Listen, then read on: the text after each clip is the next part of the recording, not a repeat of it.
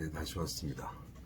이거 마무리를 해야지만 이제 한 단계가 끝나거든요. 그래서 그림을 이제 마저 채우기 위해서 내일 잠깐 채웠는데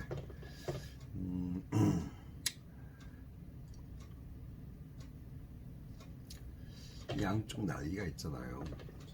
로켓으로 친다면 양쪽 날개가 있지 않습니까? 이 날개의 중요한 부분들을 두 날개를 설명하도록 하겠습니다. 첫 번째 이제 봐야 될 게 이쪽을 봅시다. 이쪽 날개. 이 로켓이요, 제대로 방향을 잡아서 올라가려면 두 날개가 필요하잖아요. 새가 날 때 두 날개가 필요하고, 이 날개가 이 정보 시스템 못지않게 아주 중요합니다. 어떤 유형의 정보 시스템 됐든지 간에 이 개념을 잠깐 이야기해 볼게요. 그 기업은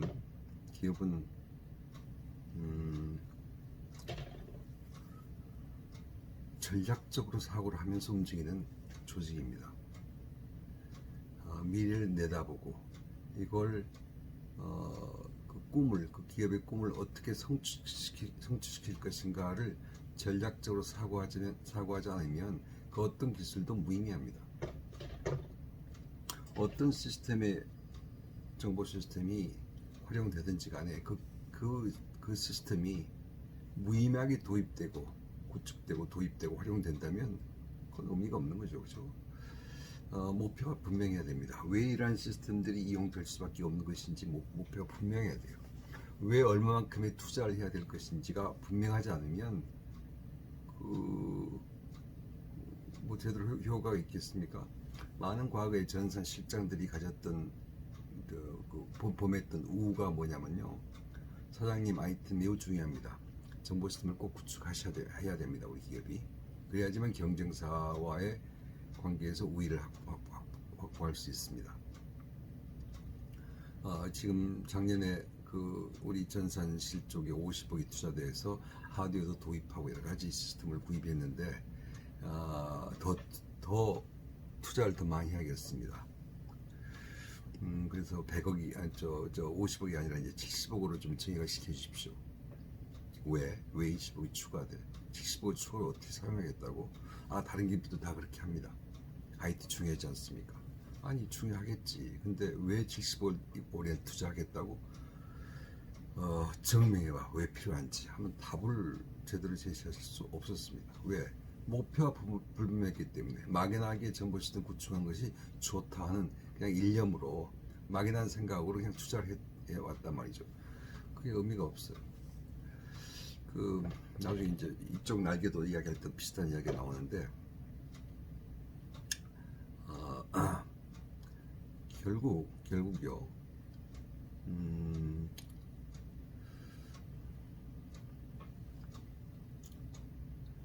기업의 행태를 잠깐 볼게요. 기업의 행태를. 기업은 이런 조직입니다. 조직이에요. 좀 키워보겠습니다. 기업은요, 목표가 있습니다. 목표가 있어요. 좀 그 전부터 생각하면요, 우리나라 재벌 기업들마다 보면요, 그 문화가 좀 달라요. 난 원래 LG에서 근무했다고 그러지 않습니까? 근데 LG는 원래 인화 단계를 외쳐왔고, 일을 좀 못해도 이렇게 보듬어 안아준 대신 책임을 지게 만들지 않은 그런 단점이 좀 있어요. 상대적으로 삼성은 기업 문화가요, 책임을 지게 만드는 대신 책임량을 달성 못했을 때는 냉혹합니다. 그래서 LG는 조금 이렇게 사람 중심이고, 그 다음에 삼성은 약간 성과 중심이에요. 그건 기업의 문화가 달라서 그런 것 같습니다. 창업주들이 달라요. 이병철 삼성 회장, 그 다음에 이건희 회장 이렇게 내려오면서의 그 경쟁에서 이겨야 된다는 그 일념으로 뛰어왔던 삼성과, 그 다음에 이제 LG 쪽은 뭐라고 그럴까요? 좀 목표보다도 이 힘을 다 함께 모아서 좀 잘 살아보자, 잘 기업을 운영해보자 하는 좀 가족 같은 분위기입니다. 그래서 LG 있을 때는 참 일하기가 편하고 그래요. 그 문화의 차이를 보면 내가 이제 그 기업체 자문 교수 역할을 다양하게 많이 해왔는데, 아무튼 그 LG 사람들은 참 좋은 옆집 아저씨들 같습니다. 임원들이. 참 친근감을 느끼게 되고 친구로 삼기도 좋은 분들이에요. 딱 부러지게 이렇게 이야기할 수는 없지만 그렇게 이제 지내왔고 수년을 그쪽 기업에서 일하면서 그런 느낌을 가져왔고요. 거기에 비해서 이제 삼성에 내가 자문 교수를 또 4, 5년 한 적이 있습니다. 90년대 특히 그때 이제 어떤 역할을 한 적이 있냐면요. 그때 90년대 중반 초반 중반에 그 당시 이건희 회장의 그 상당한 그 뭐라고 그럴까요? 좀 존경할 만한 그런 경영 철학을 가지고 있는 기업가 같아요. 이건희 회장이 상당히 성견지명이 있어서인지 IT를 깨우치지 못하는 그 중역은 임원은 삼성그룹에서 존재할 수 없다고 해가지고 IT 임원 교육 프로그램을 진행시키라고 명을 내렸습니다. 당시 삼성 STS 사장님이 나중에 정보통신부 장관하던 남공석 사장님이었고 나중에 국회의원 다 했죠. 내가 굉장히 좋아하던 분이고 개인적으로 친하던 분인데 지금은 이제 자꾸 하셨지만 남공석 사장님이 삼성 STS의 사장님이셨을 때 내가 거기 이제 자문 교수였을 때 프로그램을 짰어요. 삼성그룹 전체에게 IT를 교육시키자. 이때는요 노트북도 제대로 없었을 때입니다. 노트북이 막 나왔던 때인가요? 아무튼 90년대 초반쯤 될 겁니다. 근데 기억나는 것이 삼성 임원들이 당시에 삼성그룹 전체요 1,500명쯤 됐습니다. 이사, 상무 이상 그 급이요. 모든 삼성그룹의 기업들 전부 합해서 해외에 나가 있는 분들까지 포함해서요 1,500명이라는 대단한 큰 그 인원의 사람들이 삼성 임원들이었어요. 이 삼성 임원들을 30명씩 해가지고 50개 반을 짰습니다. 그래서 일주일씩 교육을 시켰어요.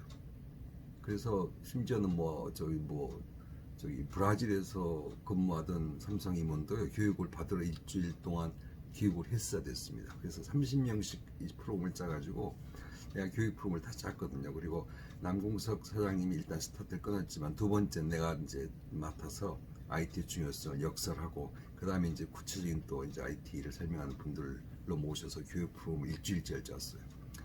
얼마나 대단합니까? 어찌 생각하면 보세요. 1,500명의 값비싼 인력 임원들이 일주일을 교육을 받도록 만드는 것, 심지어는 해외에 근무하는 분들도 교육해서 일주일 교육을 받게 만드는 것은 보통 투자가 아닌 겁니다. 그죠? 근데 이건희 회장은 그걸 명을 내렸습니다. 그렇게 하자고. 그래서 내가 그 삼성 임원들 1,500명 다 봤죠. 내가 매 클래스마다 계속해서 1년 동안 움직였으니까 클래스마다 내가 그분들을 봐왔기 때문에 근데 이제 문화라고 보기 좀 힘들지 모르겠지만 아까 말했듯이 LG 분들은 상당히 좋은 이웃집 아저씨들 같다면 삼성 임원들은요 이렇게 앞에 강의실에서 강의를 하다 보면은 그때는 이미 젊은 교수였죠. 30, 40대 초반에 젊은 교수였으니까 나이가 뭐가 됐든지 간에 젊은 교수가 앞에서 가르친다 IT를 가르친다 뭐냐 이런 식으로 그래 한번 들어볼까 이런 식이었거든요. 웃음도 별로 없이 나 팔짱 끼고 이래가지고 그래 상당히 뭐라고 그럴까요? 좀 냉정한 얼굴들이었어요. 기억으로 보면요. 좋게 말하면은 아주 비상한 두뇌를 가진 듯한 눈빛. 그러나 또 나쁘게 말하면 좀 얄미운 좀 서울 사람들 뭐 이런 게 있잖아요. 도시인들 뭐 이런 게 있잖아요. 그런 느낌이 가졌고요.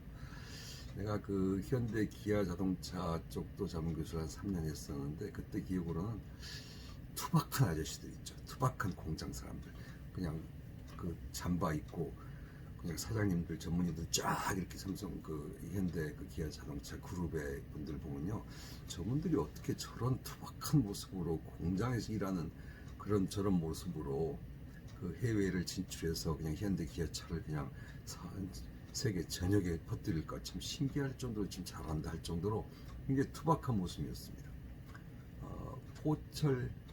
포항제철 쪽 포철 산하 조직 분들 보면요, 그분들은 상당히 좀 시작이 그래서인지 모르지만 상당히 관료주의적 냄새 나는 분들이 있긴 하고요. 근데 기업마다 그 문화가 좀 다릅니다. 뭐 SK도 그렇고 조금씩 달라요. SK는 그 오너가 상당히 창업주 굉장히 대단한 분이었죠. 아무튼 뭐 달라요, 조금씩 달라요.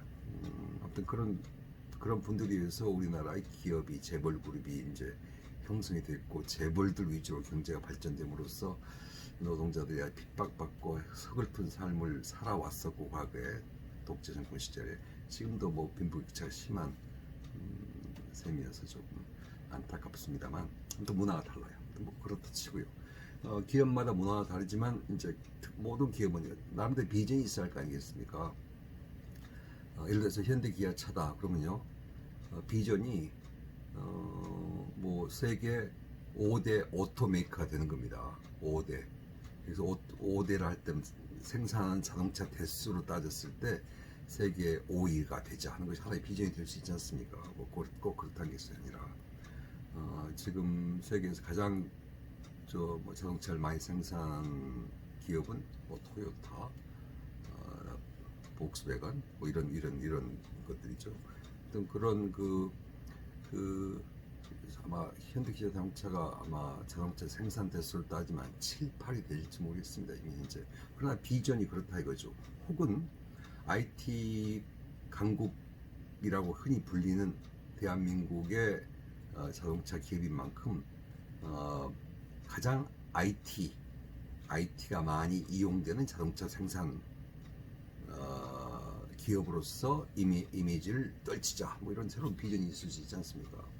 아니면은 지금 현대기아 자동차, 현대차만 하더라도 지금 현재 매출이 정말 100조 원이 좀 안 될 것 같은 생각이 좀 드는데, 아무튼 100조 원 매출 100조 원 달성, 이것도 하나의 비전일 수 있지 않습니까? 아니야, 그건 경영 목표가 될 수 있겠네요. 아무튼 그런 비전이 있고 경영 목표가 있을 수 있잖아요.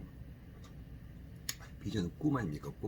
꿈을 실현하기 위한 구체적인 목표들, 앞으로 1년 후 목표, 3년 후 목표, 뭐 5년 후 목표 이렇게 정해놓고서 목표를 위해서 뛰면서 목표를 정하고 비전을 설정하고 목표를 공표하고 하는 것을 굉장히 그 기업에 종사하는 사람들에게 그 흥을 일으키고 뭔가를 위해서 달려갈 수 있는 그런 에너지를 이제 밀어주는 에너지를 주는 거거든요. 공급하는 거거든요. 굉장히 중요하죠. 그래서 매년 우리 기업의 목표는 얼마다, 어떻게 해야 된다, 어떤 시장을 공략하자, 뭐 이런 것들이 아주 CEO가 직접 모든 종업원들 대상으로 이렇게 막 이야기하는 것은 상당히 의미 있는 일입니다. 설사 그 목표를 달성이 안 되더라도 말이죠. 그러나 이 목표를 달성하기 위해서는 사실 전략이 필요하죠. 이 목표 달성하기 위해서는 경영 전략이 필요한데, 여기서 경영 전략은 여러 전략들이 합집합입니다. 이 경영 목표를 달성하기 위한 경영 전략은 R&D 전략, 인사 전략, 마케팅 전략, 생산 전략, 판매 전략, 쭉 다양한 전략도 있지 않습니까?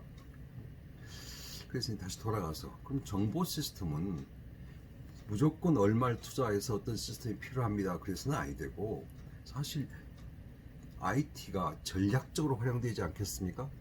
결국 IT의 전략적 활용이라 하면 그래야지만 된다고 주장하는 그 배경에는 정보 시스템이 이러한 전략이 잘 집행되도록 도움을 줘야 된다는 거죠. 그렇지 않으면 정보 시스템이 무슨 의미가 있겠습니까? 그래서 IT의 전략적 활용, 정보 시스템의 전략의 도구로서의 활용, 이것이 정보 시스템의 혹은 IT 활용의, 기업 IT 활용의 목표가 되어야 된다는 겁니다.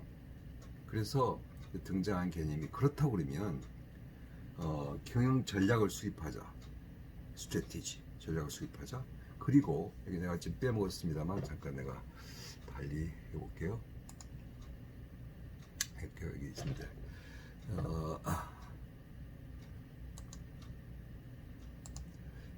아까도 썼습니다만, 그렇다고 그러면 이 전략을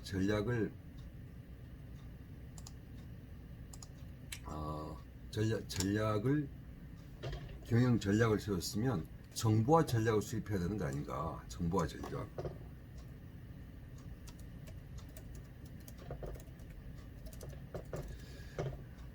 정보와 전략을 수립해서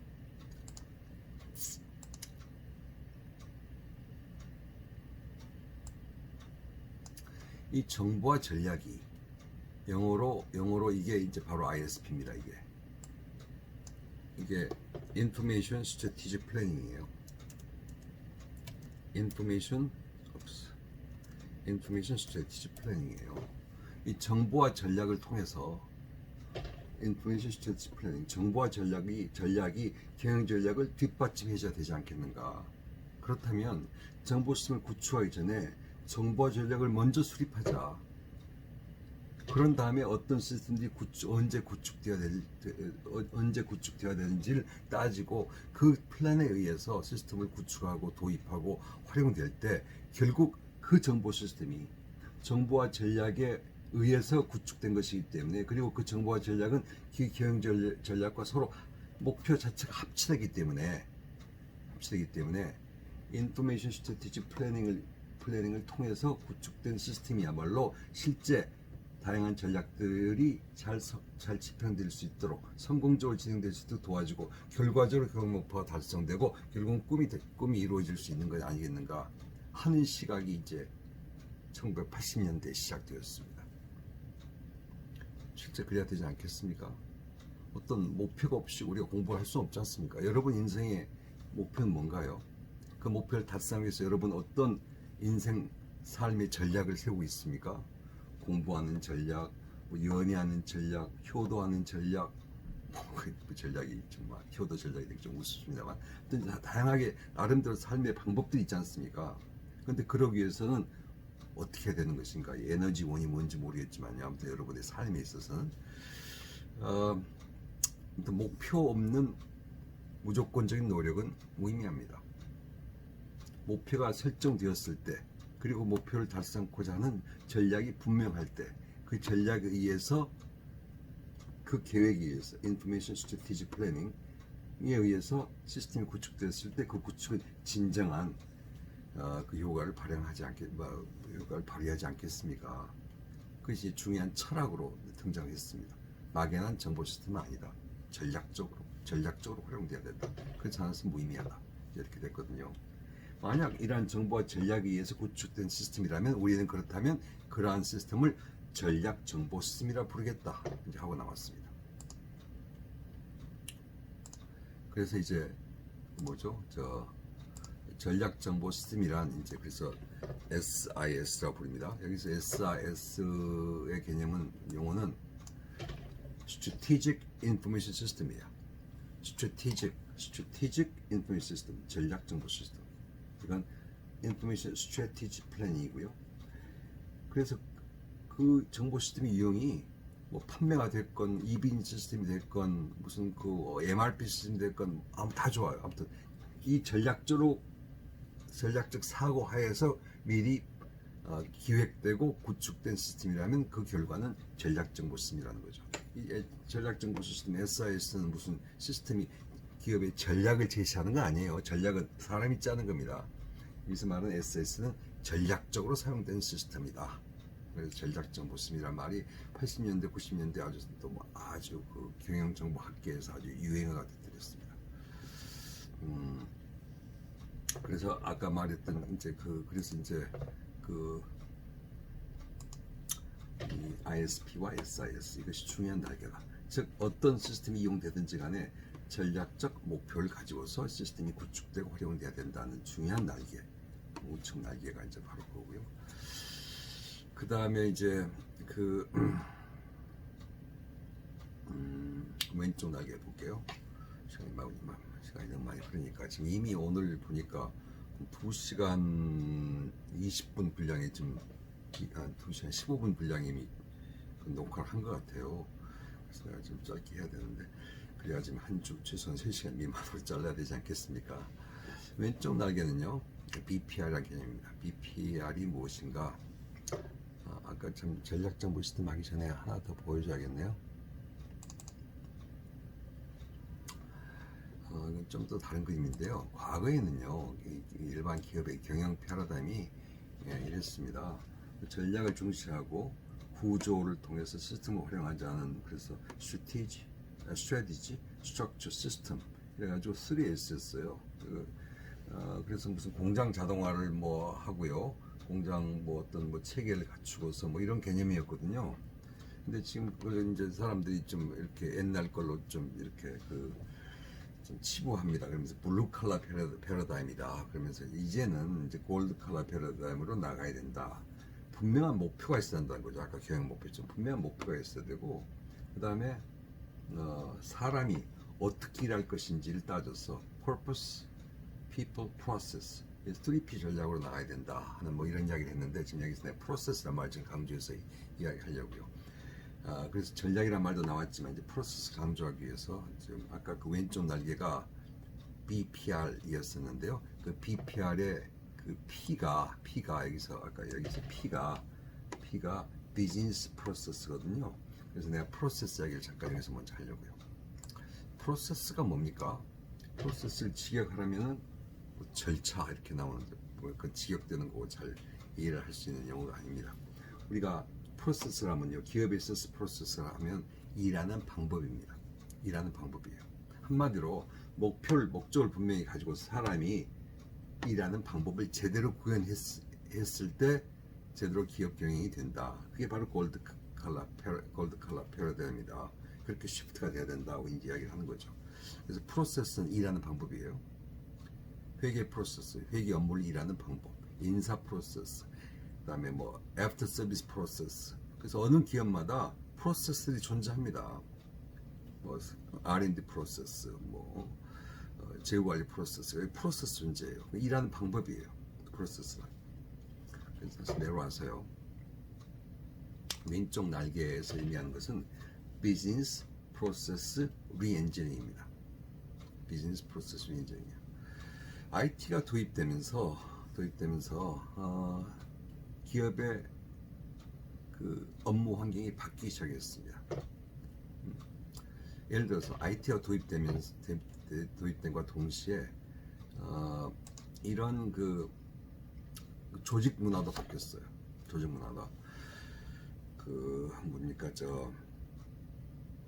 뭐 재택근무도 할 수 있게 됐고, 모두가 뭐 손으로 뭘 가지고 다니면서 업무도 볼 수 있도록 돼 있고요. 심지어는 주유소 가더라도 신용카드 꽂아가지고 뭐 굳이 사무실도 안 들어가더라도 여기서 직접 신용카드 넣어서 그 자리에서 영수증 발행하고 하지 않습니까? 막 그런 식으로 IT가요 우리 삶을 바꿨습니다. 지금 이제 집에서 근무하는 사람들도 많아요.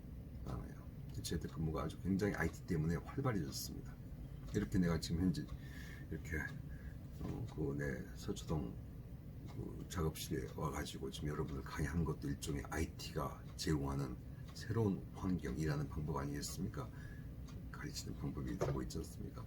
IT 가져 많은 중에 옛날에는요, 일선 근무자 있었다면 뭐 차장, 부장, 뭐 이사, 뭐 전무님, 사장님 이래가지고 계층 구조가 굉장히 이렇게 넓었습니다. 그래서 단계 결제를 받았어야 돼요. 그래서 굉장히 그 뭐라고 그럴까요?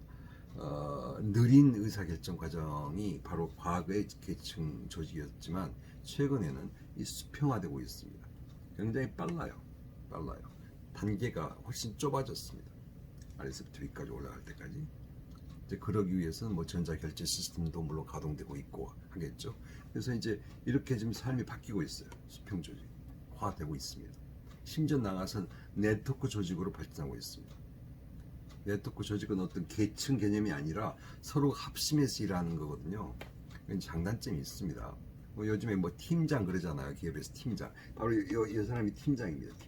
팀장은 서로 많은 대화를 나눠가면서 팀원들과 서로 합심해서 네트워크 조직 형태로서 업무를 처리하는 걸 말하거든요. 이렇게 점점 세상이 발전하고 있습니다.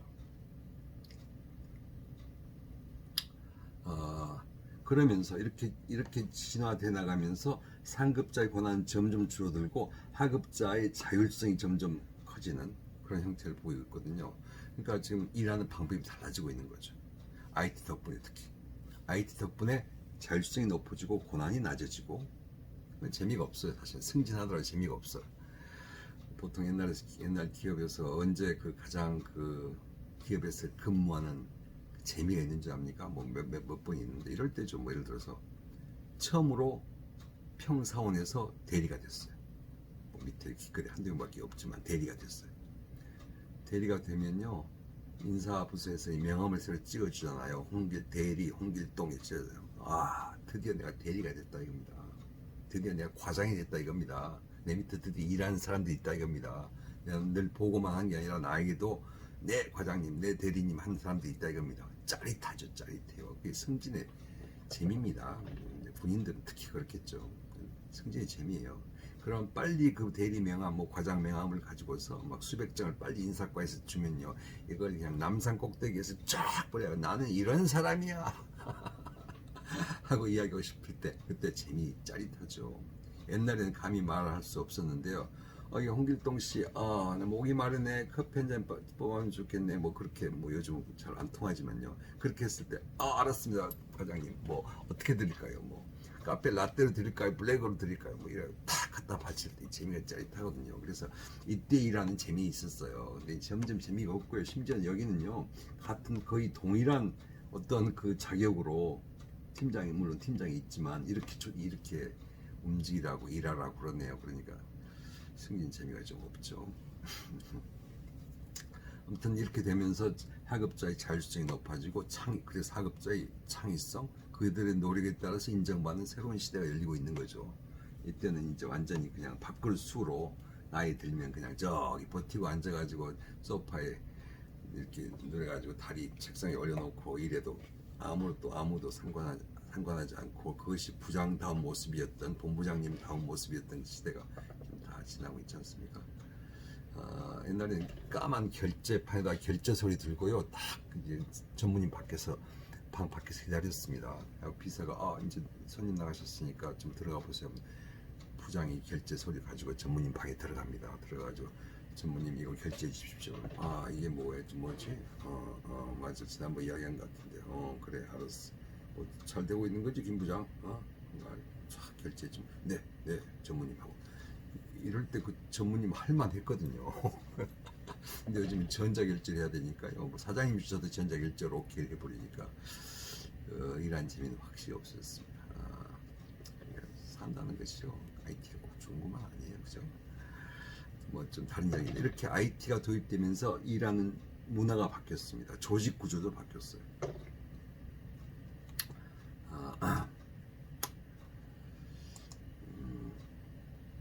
이제 이야기 다시 하려고 하는데요. 그만큼 비즈니스 프로세스가 뭐라고요? 비즈니스 내에서 일하는 방법이 바뀌고 있잖아요. 또 뭐 그건 그렇다 치고, 근데 이제 MIT의 그 마이클 포터 교수가 오래전에 아주 중대한 어떤 그 논문 발표를 하나 했습니다. 하버드 비즈니스 리뷰인지 하버드 대학 교수였나요? 그 논문지에서 자동화만은 의미 없다. 우리 뭐 요즘 말로 말하면 그것만으로는 아무것도 안 된다. 아까 뭐 이거 얘기했지. 정보 시스템만으로는 전략 없이는 안 된다. 그랬듯이 그 포터 교수는요, 자동화만으로는 의미 없다.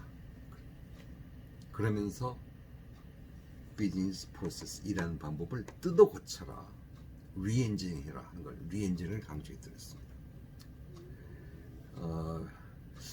비즈니스 프로세스는요, 어떤 큰 기업이든지 간에 보통 프로세스가, 중대 프로세스가 일하는 방법, 분야별로 그 기능을 발휘하기 위해서 뭐 기껏해야 20-30개 뭐 40개 정도 됩니다. 비즈니스 프로세스 혁신, 리엔지닝이라 하면 이 모든 프로세스를 개선하라는 게 아니에요. 가장 핵심적인 프로세스 있잖아요. 핵심적인 프로세스를 개선시키면요, 전체가 잘 돌아가는 것처럼 보입니다.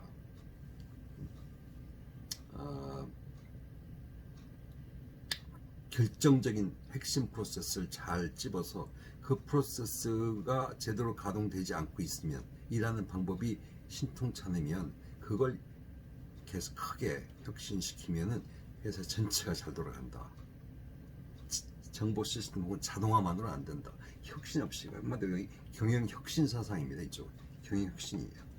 경영 혁신을 이룩하지 않은 그 어떤 경영 혁신이 병행되지 않은 어떤 IT 시스템도 의미 없다 하고 발표했다 이거죠. 그래서 이제 그분의 거기다가 잠깐 그 BPR의 정의를 내가 한번 써봤는데 이런 정의가 있어요. 그 포터 교수의 그 BPR의 정의는 이래요. 읽어볼게요. 핵심 부분의 업무 수행과 관련된 비용, 품질, 서비스, 속도 측면에서 획기적인 성과를 거두기 위해서 일하는 방법 프로세스를 기본적으로 다시 생각하고 혁신적으로 재설계해라. 그렇지 않고서는 IT는 의미 없다. 이렇게 용어를 한 겁니다. 여기서 이제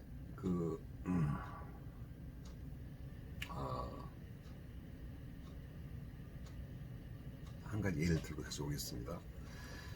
여러분 예를 들어서 어떤 가정교사라고 칩시다. 뭐 중학교 3학년짜리 가정교사를 칩시다.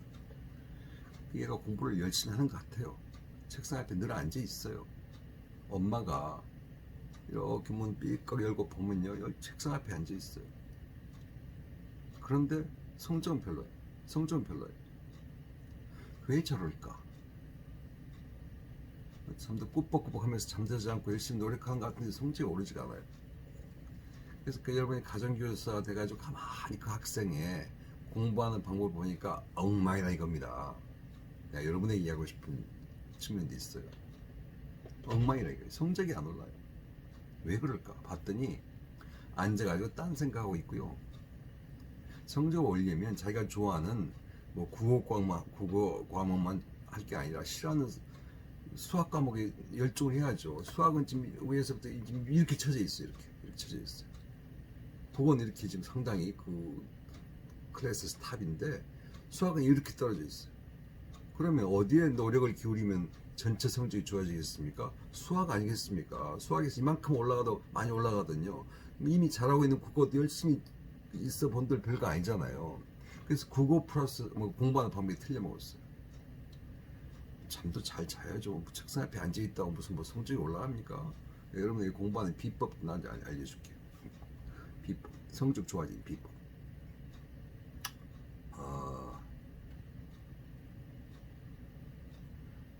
무슨 말 하려고 하는데 참을게요. 그래서 가정교사 돼가지고 그 학생이 지도를 한다면요, 쪽집기 과외를 만약 한다면요, 정말 그 학생이 노력해야 될 분야의 노력을 하게 만드는 거예요. 전체 성적을 올리기 위해서. 핵심 부분을 찾아야 되는 거예요. 그죠? 그리고 성적이 어느 성적이 올리는 성적 측면에서 봐야 돼요. 공부하는 재미가 아니라 일단 그 학생 입장에서는요. 그래가지고 대학교 좋은데 진학할 수 있도록 하기 위해서. 그리고 획기적인 성과를 거두기 위해서 그 학생을 지도를 한다면 그 공부하는 방법을 어떻게 다시 고치더라도 고치게 할 것인지 한번 생각해 보세요. 그렇지 않고서 열심히 책상 앞에 앉아 있어 본들 무슨 의미가 있으랴 하는 것이 마이클 포터 교수의 기본적인 사상이 바로 BPR과 일맥상통합니다. 다시 볼게요. 모든 분야를 다 잘하는 거 아닙니다. 모든 프로세스를 잘하는 거 아니에요. 다시 핵심 부분에 업무 수행 관련된 비용, 품질, 서비스, 속도 측면에서 큰 척도들입니다. 획기적인 성과를 거두기 위해서 조그마한 개선이 아니에요. 획기적인 성과를 거두기 위해서 일하는 방법 프로세스를 기본적으로 다시 생각하고 백지 상태에서 다시 생각하고 스크래치부터 다시 생각하고 한 다음에 혁신적으로 재설계하는 노력을 기울여야 된다는 겁니다. 한 번만 더 읽어볼게요. 핵심 부분의 업무 수행과 관련된 비용, 품질, 서비스, 속도 측면에서 획기적인 성과를 거두기 위해서 프로세스를 기본적으로 다시 생각하고 혁신적으로 재설계하라. 이거 사진으로 띄었더니 이게 이래가지고 안 되겠다. 다시 내가 맞아. 이게 너무 중요한 개념이기 때문에 내가 한 번만 더 볼게요. 다시 보겠습니다. 자,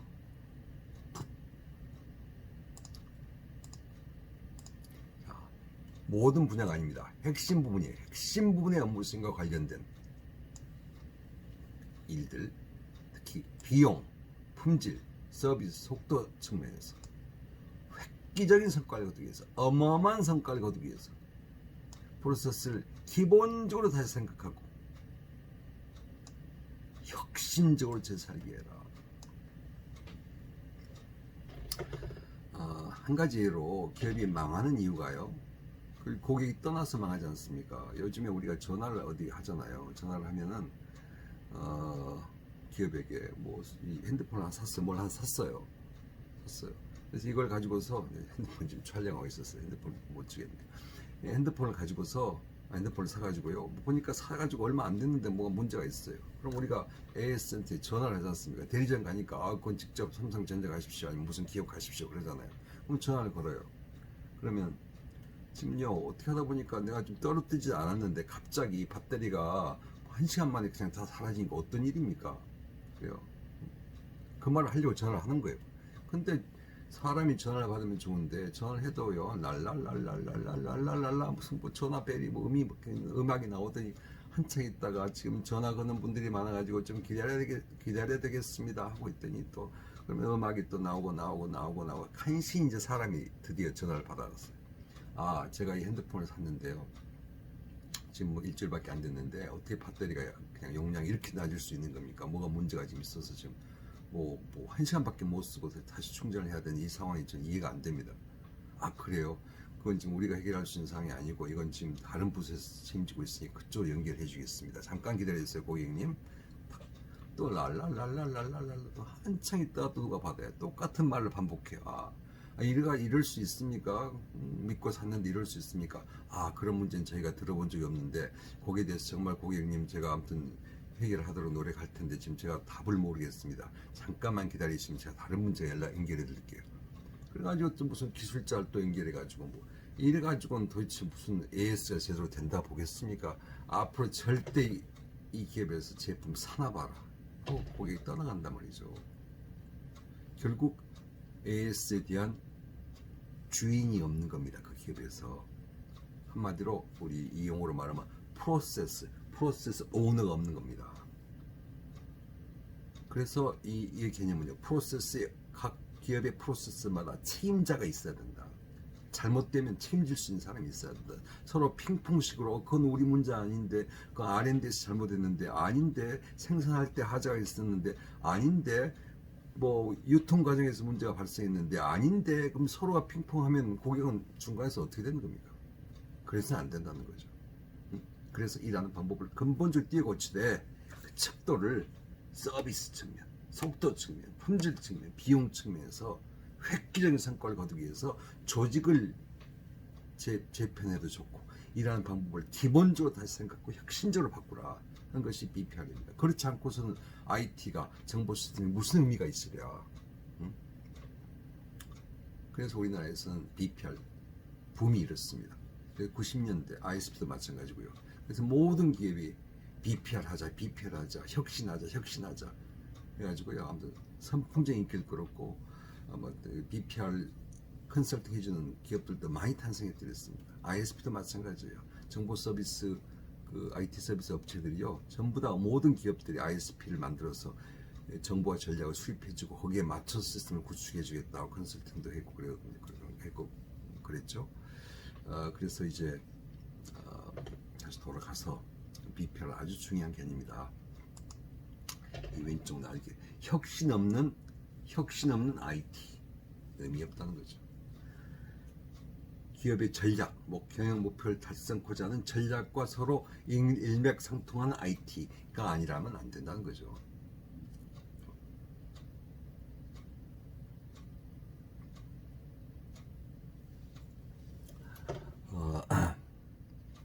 그래서 두 날개가 중요하다고 이제 이야기를 하고요. 이제 꼭지 이야기를 하겠습니다. CIO라고 이미 써놨는데요. CIO가 뭐죠? CIO는 CEO 밑에서 일하는 사람이에요. CEO 약자가 뭐죠? Chief Entertainment Officer?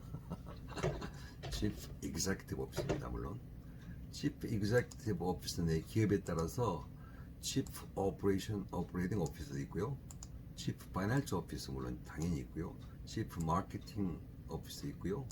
뭐 있어요. 그 다음에 이제 기업에 따라서 Chief Technology Officer도 있고요, CTO도 있고요.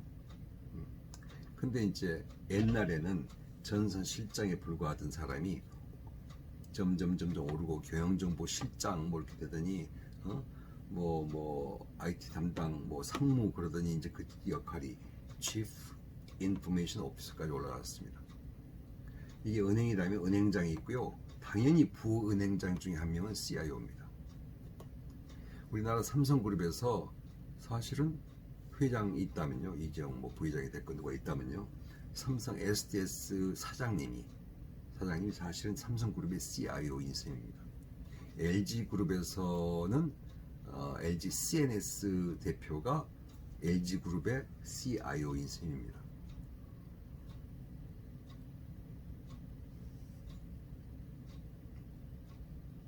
시험 문제 합쳐져 생겼어.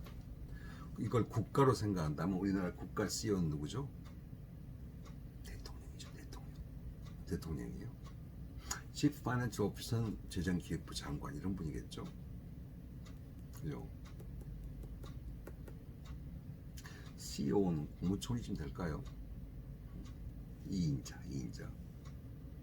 우리나라의 국가 CIO는 누굴까요? 우리나라의 국가 정보화를 책임진 사람 누굴까요? 중간고사 시험 문제 낼 만하네요. 그렇죠? 아무튼 CIO가요. 중요한 CEO 밑에서 일하는 분 중에 한 명이 됐습니다. 아주 중요하죠. 이 역할 매우 중요합니다. 아주 중요해요.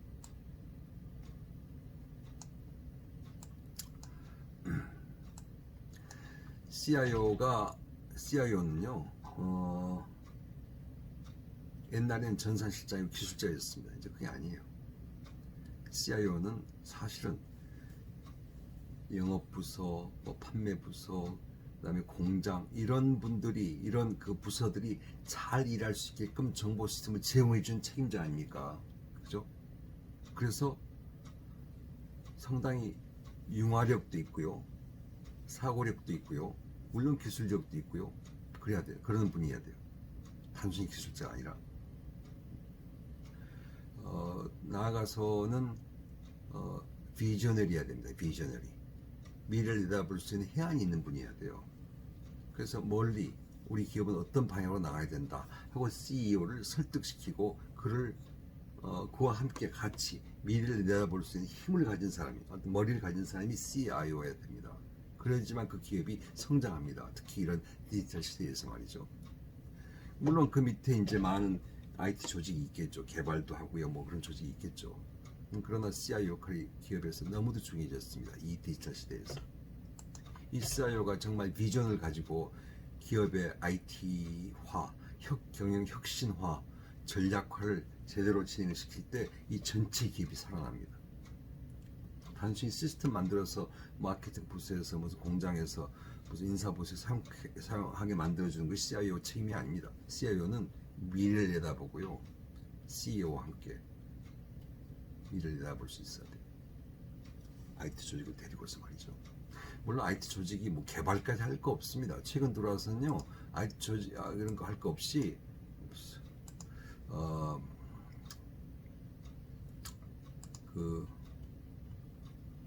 뭐죠?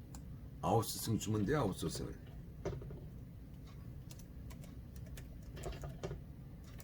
IT 전문 기업에게 아웃소싱을 주면 됩니다. 직접 개발할 게 뭐가 있습니까? 개발할 게 뭐가 있습니까? 이 IT 조직이 이 기업을 위해서 필요한 각종 시스템 구축 같은 거 개발을 하는 거는 남에게 시키면 됩니다. IT 기업에게 시키면 돼요. 그래서 IT 조직이 물론 있지만요. 그러나 내 이야기는 CIO의 핵심이라는 거죠. CIO가 방향을 잘 잡고 정말 선견지명이 있고 슬기롭게 영향력을 행사하고 융화력을 발휘해서 모든 기업의 다른 부서 사람들 같이 함께 일하도록 만들고, 심지어는 CEO와 함께 설득하면서 그를 정말 해안을 갖는 IT 디지털 시대의 CEO로, 디지털 시대의 CEO로, 이걸 뭐라고 그러는지 압니까? 디지털 시대의 CEO를요, 어, 이렇게 표현하기도 합니다.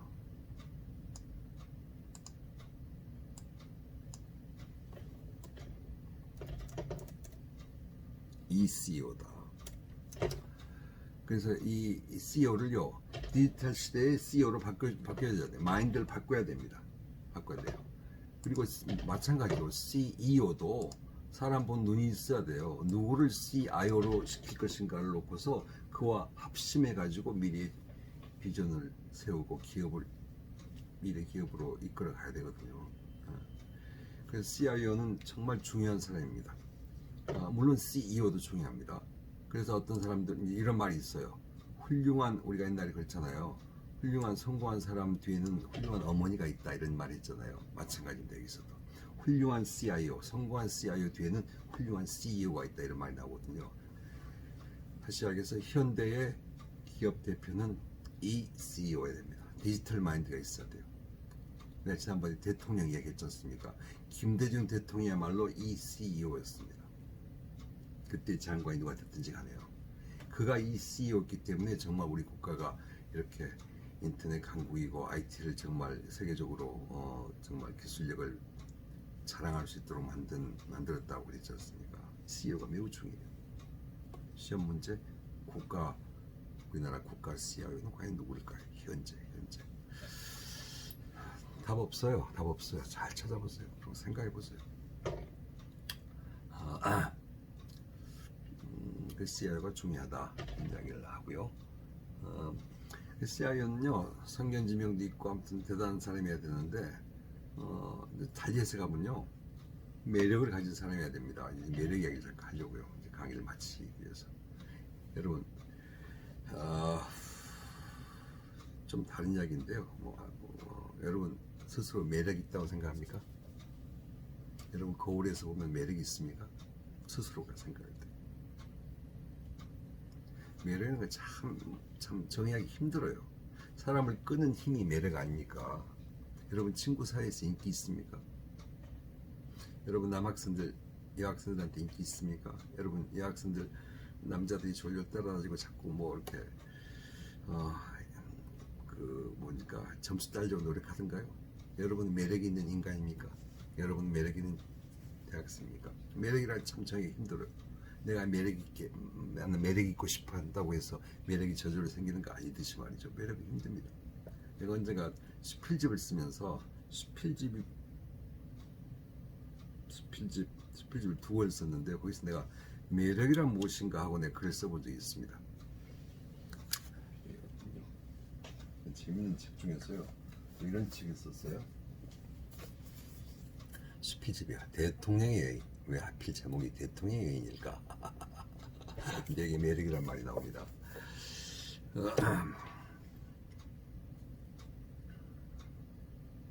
이런 사람이 매력이에요. 예를 들어서 남자라면요 과묵해요. 말 많은 남자 좋아하는 여자 없어요. 과묵해요. 과묵한데 한마디 턱턱 뱉을 때 유머가 넘쳐요. 과묵한데 유머스럽다. 약간 상반된 개념 아닙니까? 그죠?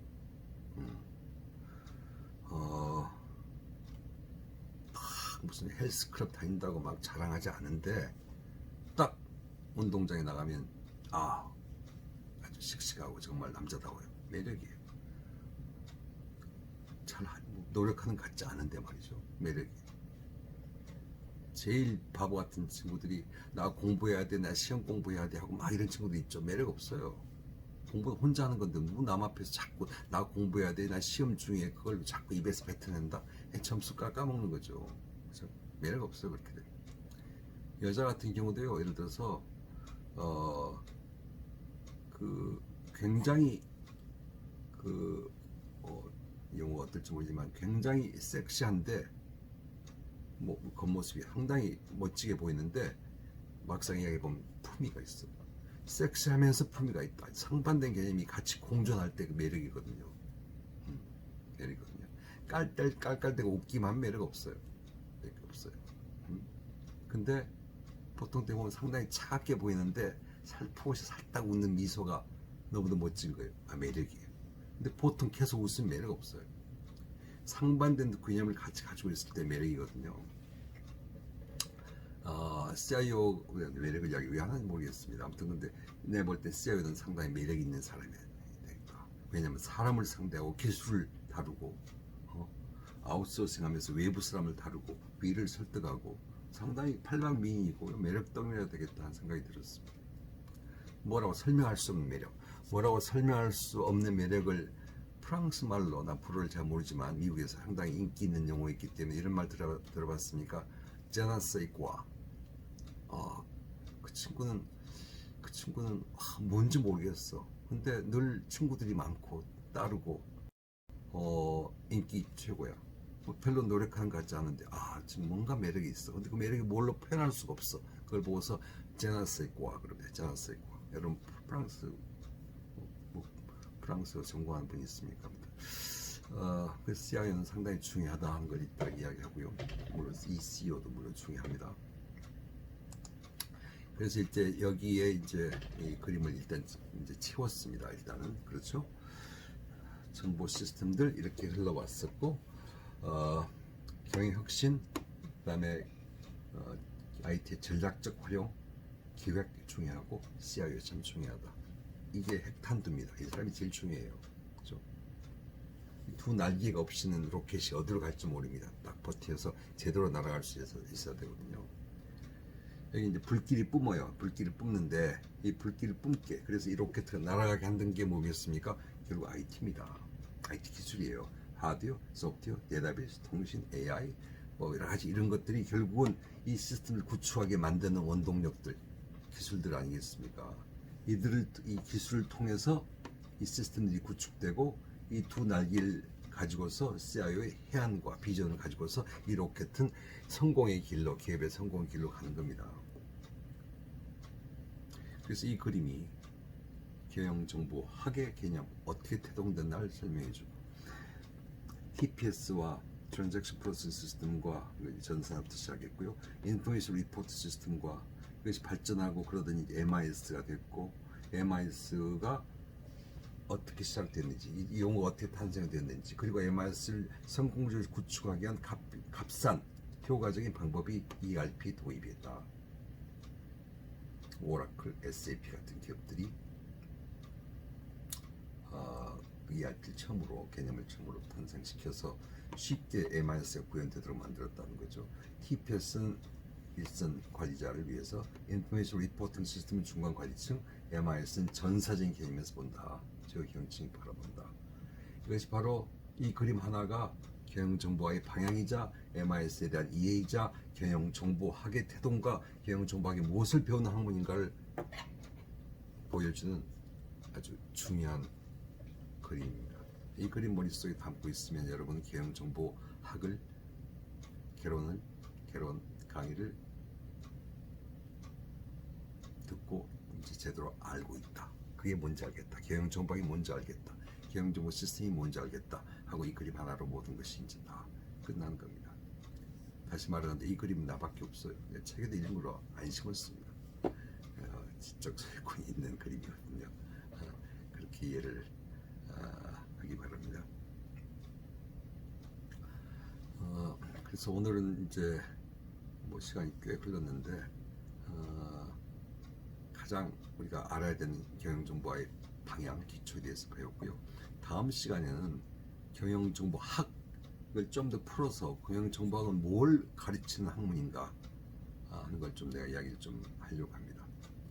그리고 심지어 교과서들 좀 소개하면서 목차라도 보면서 경영정보학 교과서들은 국내 것이 됐건 해외 것이 됐건 어떻게 구성되어 있고 뭘 가르치는가를 보게 되면은 이게 경영정보학이라는 학문이구나 하고 제대로 기울칠 수 있을 것 같아요. 그래서 사실은 오히려 이제 좀 반대로 이제 우리가 나오고 있는 거죠. 처음에 경영정보학이란 이런 학문이다 하고 설명하면서 구성 내용을 이야기한 것이 아니고 난 오히려 이제 거꾸로 돌아가서 IT를 이야기하고 경영정보 시스템을 이야기하고 경영정보학이란 그래서 무슨 학문입니다 하고 이야기를 하는 식으로 지금 약간 역순으로 나오고 있는데 그것이 난 맞다고 봅니다. 그렇게 이야기 바랍니다. 오랜 시간 이번 주는 여러분이 지금 들을 게 참 많게 되어서 지금 미안한데요. 나 역시 욕심이 있다 보니까 특히 인터넷으로 강의를 하다 보니까 더욱더 진지해지고 더 많은 걸 여러분 머릿속에 심어주시고 그러고 싶네요. 이것으로 4월 며칠이죠? 5주차가 이게 5주차 강의를 일단 마치도록 하겠습니다. 오늘 시간은 학교에서 3시간이 훨씬 넘을 것 같습니다. 3시간 좀 넘는 것 같아요. 너무 길어서 미안하지만 열심히 배움의 과정을 거쳐서 유익하게 이번 학기를 비록 인터넷 강의 일진정 갖도록 해보죠. 오늘 아침 시간이 많이 소요됐습니다. 그럼 다음 주에는 경영정보학으로 배우고요. 중간고사 이야기가 나올 수밖에 없겠네요. 그 다음 주엔 중간고사거든요. 중간고사 이야기는 다음에 하도록 하겠습니다. 다른 교수님들 어떻게 지금 가르치고 있는지 모르겠는데 내가 좀 욕심을 내고 있는 것 같죠, 그렇죠? 여러분 힘들게 하는 것 같죠, 그렇죠? 내가 그랬잖아요. 여러분이 나를 떠나서 졸업을 하고 나서도 몇 명 안 되는 교수님 이름 중에 내 이름이 기억나는 이름 중에 한 명으로 꼭 포함되고 싶다고요. 그래서 여러분 좀 고생시키는 겁니다. 내가 불과 45명, 50명 미만의 학생들에게 이렇게 시간을 쏟다니요. 나 역시 노력을 하고 있다고 여러분 좀 이해를 좀 인정해 주기 바랍니다. 자, 밤이 늦었고 또 여러분 또 들을 게 많고 내 과목만 들은 게 아니겠죠. 그러니까 오늘 이것으로 마치도록 하겠습니다.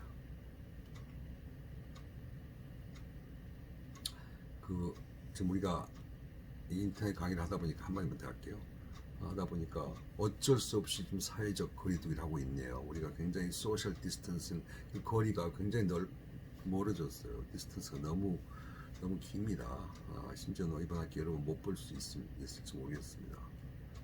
혹시 여러분 중에 이렇게 물어보는 거 혹시 여러분 중에 이지영 교수님이 지금 이 인터넷 강의만 듣고 있는데 저분 한번 만나서 인생 상담도 해보고 싶다. 이 공부를 어떻게 하는지 좀 알고 싶다. 그 다음 IT에 대해서 한마디 좀 직접 눈빛을 마주 보면서 앞에서 이야기하는 걸 듣고 싶다. 같이 라면 한 끼라도 먹고 싶다. 그렇다면요, 나한테 연락 줘보세요. 조건이 좀 있을 겁니다. 나한테 연락을 주면 조건이 좀 있을지 모르겠어요. 누가 합니까? 내가 이런 아까 말했던 이런 스피치 같은 거 제가 한 권 사인해 줄지 누가 합니까?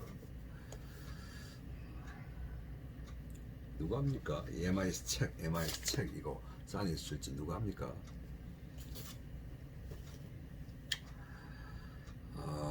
또 누가 합니까?